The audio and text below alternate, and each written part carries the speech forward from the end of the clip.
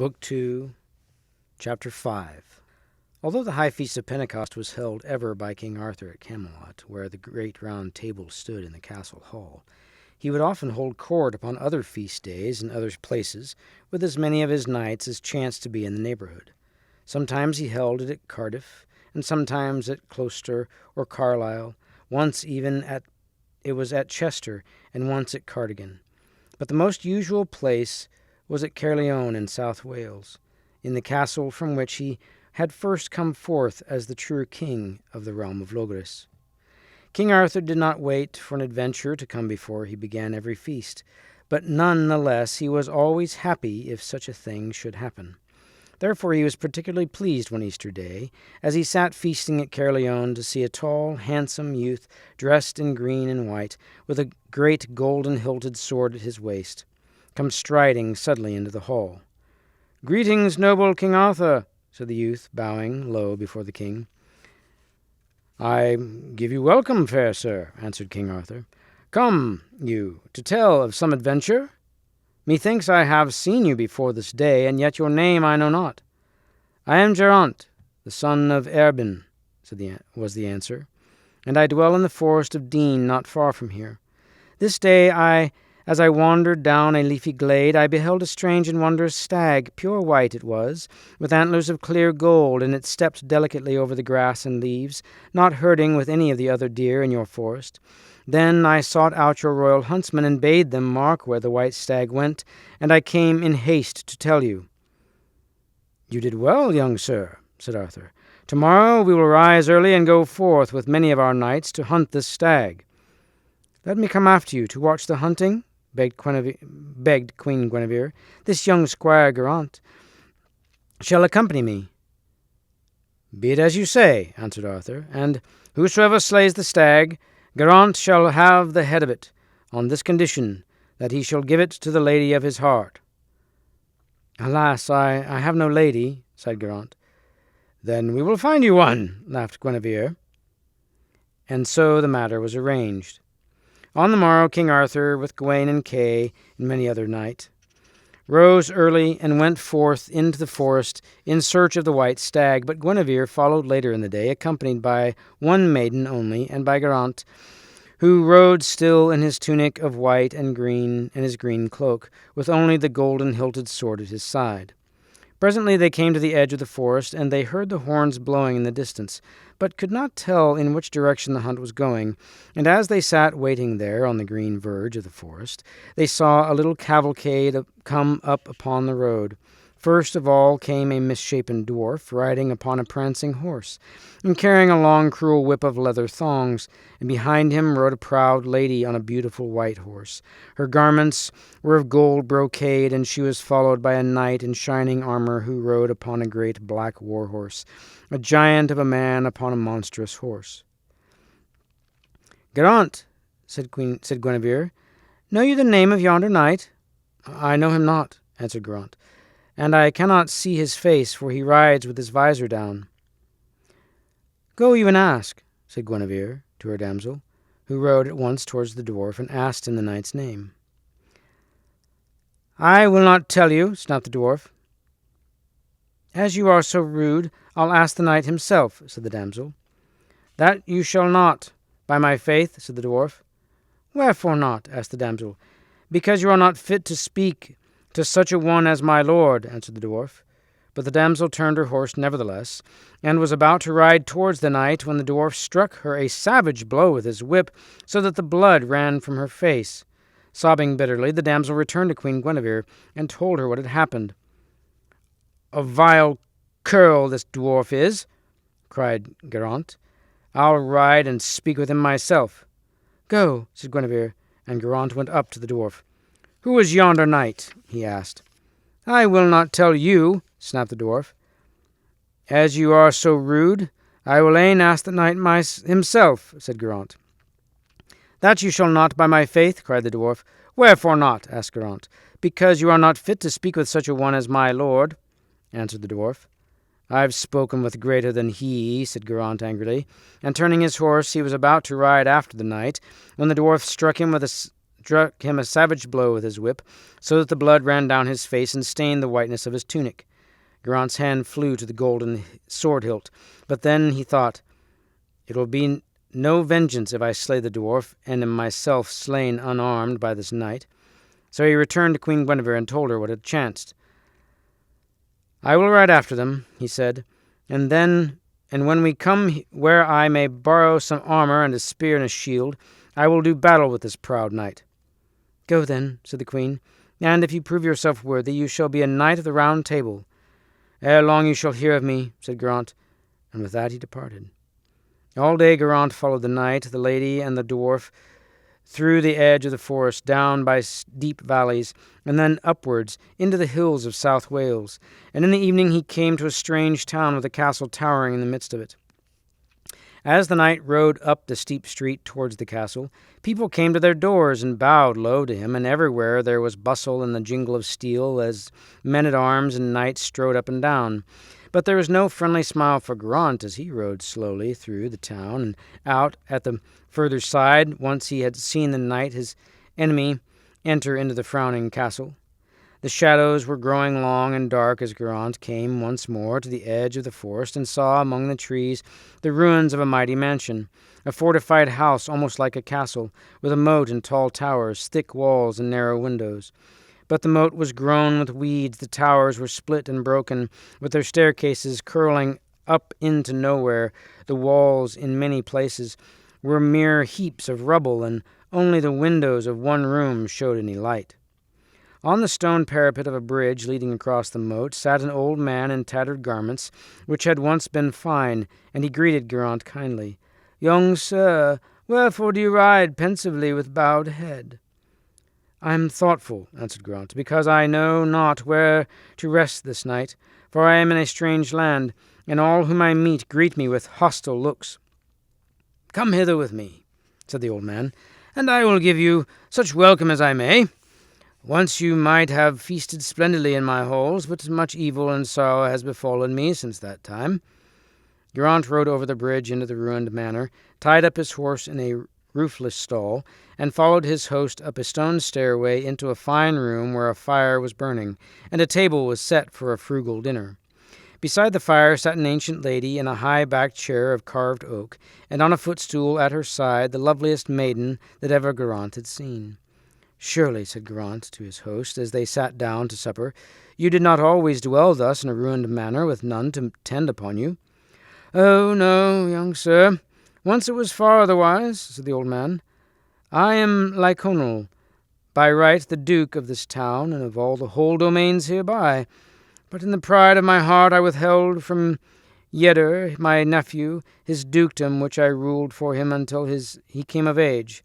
And the end of it was that he took both his own dukedom and mine, driving me out from the castle, so that I and my wife and our daughter Enid, then but a child, were forced to dwell in the one place which remained to us, this ancient manor that for long had been home only of rooks and daws. Then it was Duke Yedder, who came riding into the town this day and was saluted by all," said Geraint. "I desire greatly to break a lance with him, for he is a proud and ungentle knight. His dwarf raised the lash of his whip to a damsel of Queen Guinevere, and me also he smote across the face. But I had no armor nor spear, for I am not yet a knight, so that I could not defy Duke Yedder. Therefore I rode after him, to discover where he dwelt, and to see if any there were who would lend me arms."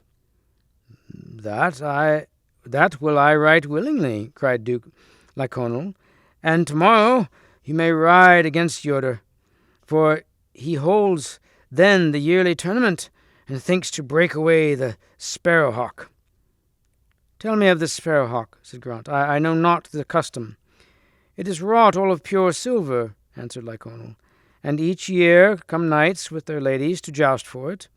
He who wins it for 3 years is called the Knight of the Sparrowhawk, and that will Duke Yedder be if he win tomorrow. And he will give the Sparrowhawk to his lady, and she shall be held to be the fairest lady in the world." "Tomorrow I will fight him for that Sparrowhawk," said Geraint quietly. You may not enter the list to fight for it, said Lyconel, unless your lady love rides with you, and you proclaim her the fairest lady in the world. I have no lady, said Geraint, and yet there is none fairer that ever I have seen than this damsel your daughter, the Lady Enid. If she will ride with me, you shall be my lady as long as I live, and if I die tomorrow, she is no worse off than she was this morning.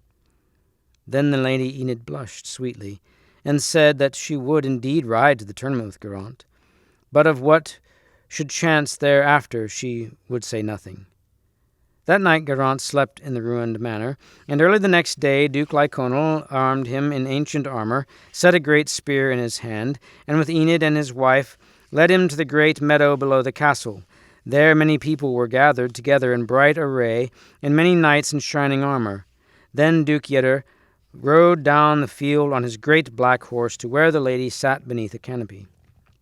"Lady," he cried, "see yonder at the meadow's end the silver sparrowhawk awaits you, for you are the fairest of women, and that have I proved these 2 years, and will prove it again this day, if any dare doubt my words.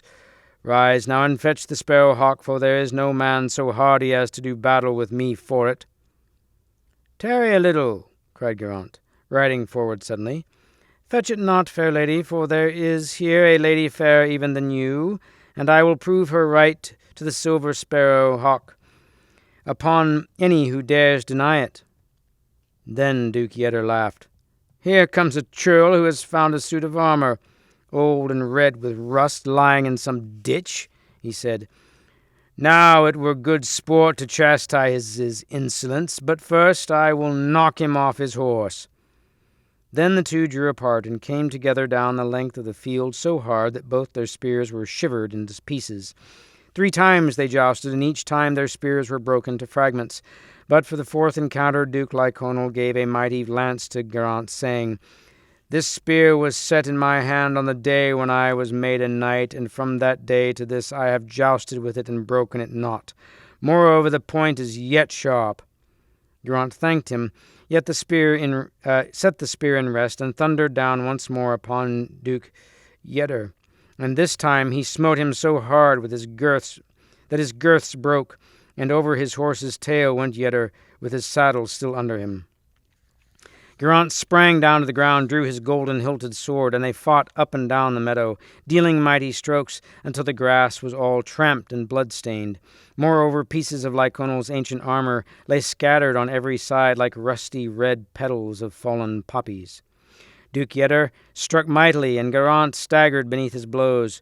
"Remember the insults done to you and to Queen Guinevere," cried Lyconel. "Think upon the beauty of my daughter Enid." Then Geraint felt new strength come to him. Whirling up his sword, he rushed upon Duke Yedder and smote him to the earth, splitting the helmet and wounding his head beneath. "Have mercy upon me now," cried Yedder. "I yield me to you, noble knight. Moreover, the sparrowhawk shall be yours to give to whom you will." "Go then to the court of King Arthur at Caerleon," said Geraint. "You, your lady, and your dwarf. Ask pardon there of Queen Guinevere for the insult which your dwarf did to her, and say that Geraint, the son of Erbin, sent you. Moreover, the old Duke Lyconel shall ride with you, and you shall lay your dispute before King Arthur, for long enough have you kept him from his dukedom, and long enough has he dwelt in the ruined manor." "All these things I will do," said Duke Yedder. "But come you now to my castle, and my uncle Lyconel also. There we shall feast, and there our ancient hatred shall be ended." Great was the feast that night in the castle of Yedder, and on the morrow they made ready to ride to Caerleon. "Come you with us also, brave Sir Knight?" said Yedder to Geraint. "Not so," answered Geraint, "for knight am I not yet. Therefore I will ride further into the woods and valleys, seeking adventures, and so perchance I may show myself worthy to be made a knight, and thus too, fair Lady Enid, may I prove myself worthy of your love." Then Enid was angered with Geraint, for she had thought that he was a knight already, and that he would have come that day to Caerleon with her and wedded her on the morrow, and in her anger she spoke to him foolishly. "You are indeed not worthy to be made a knight," she cried, "for now you ride away in fear. That you go forth to seek the adventures I may not believe, and if you go now, be sure I will seek at Caerleon for a braver and a nobler man to be my lord." White to the lips between anger and dismay, spoke Geraint. "Lady, you do me a passing great wrong. For mine honour I cannot now ride to Caerleon with you. But if it pleases you, ride now before me on the road that I must follow, and then you shall see what may chance.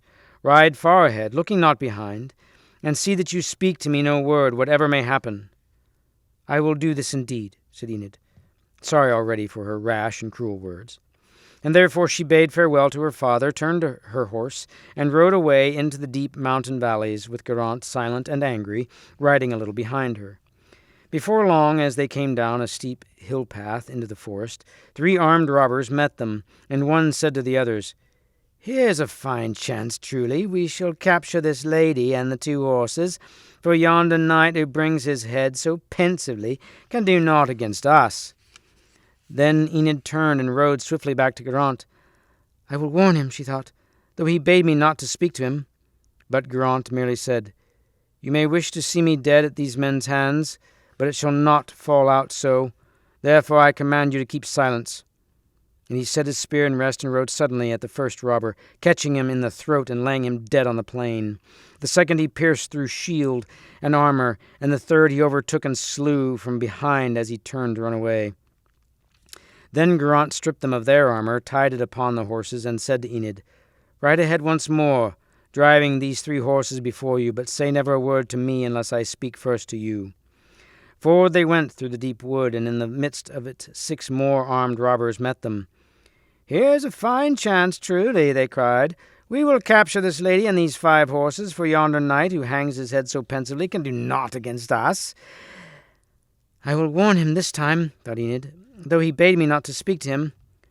"Did I not command you to keep silence?" said Geraint. "Much though you may wish me dead at these men's hands, I do not fear them." He set his spear in rest, and with it smote down the 6 robbers, one after the other, transfixing each like moths on a pin. Then he stripped off their armour, tied each suit upon its wearer's horse, and said to Enid, "Ride ahead once more, driving these 9 horses before you, but say never a word to me unless I speak first to you."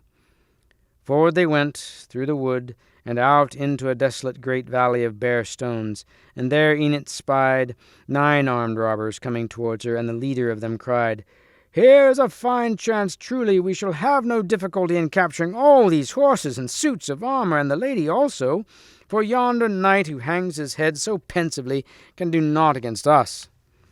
"This time he will surely perish. Shall I warn him?" thought Enid. But Geraint only answered as before, "I do not fear these men, though you may desire my death at their hands. Moreover, methought I bade you to keep silence." Then he set his spear in rest, and came charging upon the robbers, piercing the leader through shield and armour, so that he fell dead. Geraint turned then and charged the band of robbers from the other side, laying another dead on the ground as he passed through them. And so he rode backwards and forwards until all lay dead. Then he bound each suit of armour upon the several horses, and said to Enid, "Ride ahead, still further, driving these 18 horses before you, but say never a word to me unless I speak to you first." Night fell not long after this, and they came to a castle at the head of the valley where Geraint asked for lodging. "Right welcome shall you be," said the lord of the castle, whose name was Sir Oringal of Limers. "And your fair lady also? There was surely never a fairer seen than she." After the banquet, Geraint sat moodily apart, for his heart was still sore on account of Enid's cruel and thoughtless words. She sat alone also, not knowing how to win back Geraint's love, for she feared greatly that she had lost it forever by her folly. And as she sat thus, Sir Oringal came and sat beside her. "Fair damsel," he said, "surely the journey with yonder dolorous knight is none of your seeking." "I would rather journey with him than with any other," answered Enid. "Be counselled by me," went on Sir Oringal. "Leave this man and dwell always with me. All my earldom shall be yours, and all the good things that you shall wish for, the jewels, the fair robes, servants, and handmaidens." "That I will not, by heaven," cried Enid. "My faith is pledged to yonder man, and never shall I prove inconstant to him." "If I were to slay him," said Sir Oringal, frowning, I could keep you with me as long as I choose, and then turn you out as soon as I grew tired of you. But if you come to me of your own free will, then you shall be my wife and the lady of all these wide lands." "Be it as you wish," said Enid. "Tomorrow I shall ride on my way as before, but I shall turn aside from the road and lie hidden until you come by. Be sure that you follow swiftly behind us." "It shall be done," answered Sir Oringal. "Nor will I work any mischief upon this man with whom you ride." That night they slept in peace at the castle, and set forth once more on the morrow, Enid riding before and driving with her the 18 horses with their loads of armor. But as soon as they were out of sight of the castle, she turned hastily back and said to Geraint, "My lord, forgive me that I speak to you against your wish, but we are in mortal danger from Sir Oringal, the evil knight of the castle." Then she told him all that had been spoken on the previous evening, and how she had seemed to agree to Sir Oringal's wicked suggestions, knowing that if she did not he would have murdered Geraint there and then, and taken her by force. "He will be here soon, with many men, whom you cannot withstand. Let us turn aside and fly into the depths of the forest before he overtakes us." "I thank you for this timely warning," said Geraint. "But run away I will not. Here I will remain and meet this evil knight and his men. But for you my counsel is that you ride with all haste to Caerleon to the court of King Arthur." "Never will I leave you, my lord Geraint," began Enid, and then suddenly she paused, listening. "I hear the jingle of harness," she exclaimed, "the clash of armor and the sound of horses' hoofs." They had paused in an open space on the skirts of the forest, where the road came up out of the valley which lay between them and the castle of Sir Oringal, which they could still see behind them, glowing in the morning sun and rising above the sea of white mist which filled the valley. Out of this mist came the sounds of many men in armor riding fast, and Geraint drew back his horse, set his spear in rest, and made ready for battle. "I see the silver glint of armor in the mist," cried Enid. "Just there, where the mist lies on the ground in the sunlight." "The mist is red in the beams of the morning," said Geraint grimly. "Yonder knights ride to the girths in a sea of blood." Out of the valley, into the sunlight, came Sir Oringal, fully armed, and 80 knights riding in solid ranks behind him. "Now yield you," cried Sir Oringal. "We be 80 to 1, and if you yield not the Lady Enid to me, you shall die at our hands.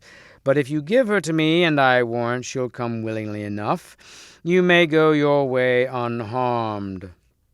But Geraint only set spurs to his horse and smote Sir Oringal in the midst of his shield so hard that horse and man rolled on the ground.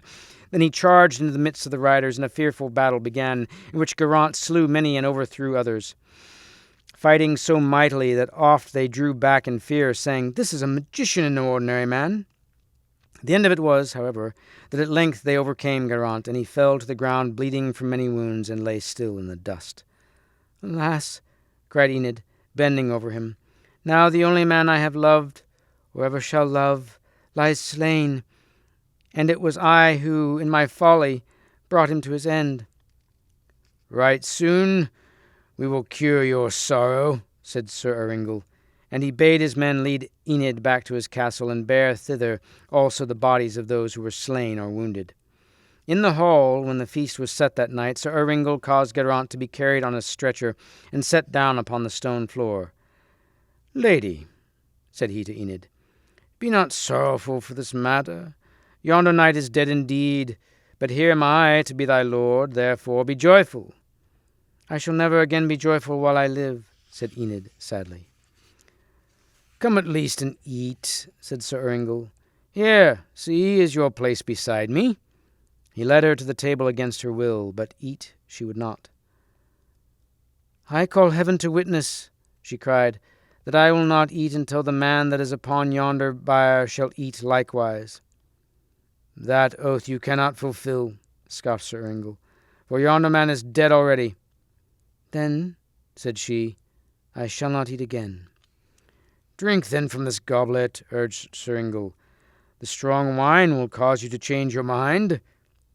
"May evil befall me if I drink aught until Geraint drink also," said Enid. Then Sir Oringal swore an evil oath.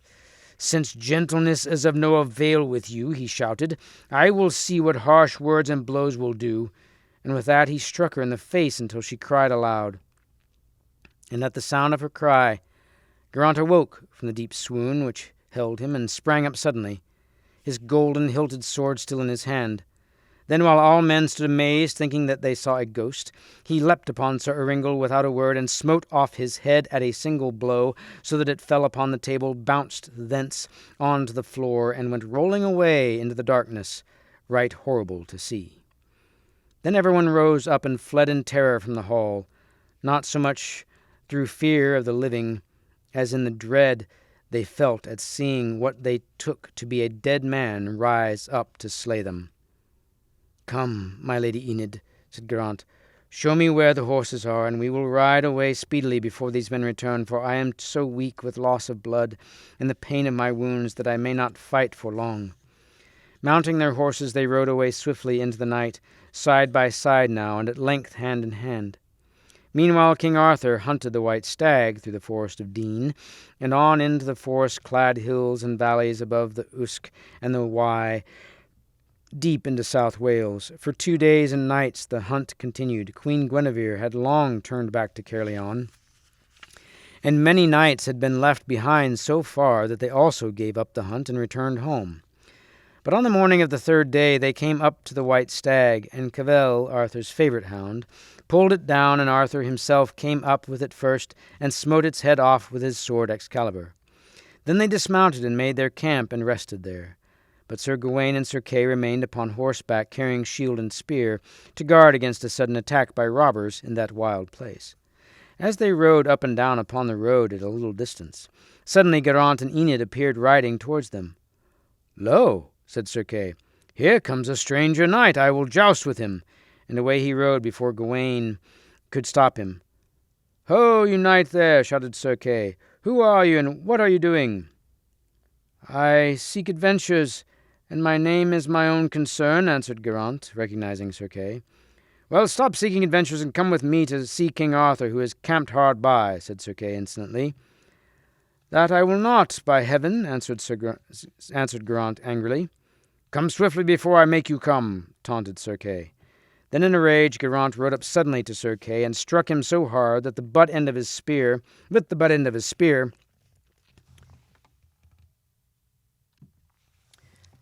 that he fell from his saddle and rolled in the dust. "You are well answered, Sir Kay," said Gawain gravely, as he stood up. "And now, noble Geraint, son of Erbin, and your lady also, come, I beg of you, to your lord King Arthur." "Right gladly will we," replied Geraint, "for we are well weary, after many adventures, and sore wounded am I by many desperate fights." So they came to King Arthur, and he was right glad to see Geraint, and to hear of his adventures. Glad also was he to welcome the lady Enid, and he bade them both ride back with him to Caerleon. When they were come there, the feast was set. King Arthur handed the head of the white stag to Geraint, and Geraint gave it to Enid, saying, "Lady, this head was to be given to the fairest lady in the court of King Arthur, but I give it to you as the fairest lady in all the land." Then came Duke Lyconel and Duke Yedder, and told of all that Geraint had done. And the followers of Sir Oringal came also to swear allegiance to King Arthur, telling him of how Geraint had done battle with them, and slain Sir Oringal himself. And they brought with them the 18 horses, loaded each with the robber's armour, and of these Enid told the tale to all the court. Then King Arthur made Geraint a knight, and when he was healed of his wounds, he was wedded to the lady Enid. And at the feast of Pentecost, when all the knights of the Round Table were met in Camelot, Geraint was there also, and his name was written in letters of gold upon one of the sieges.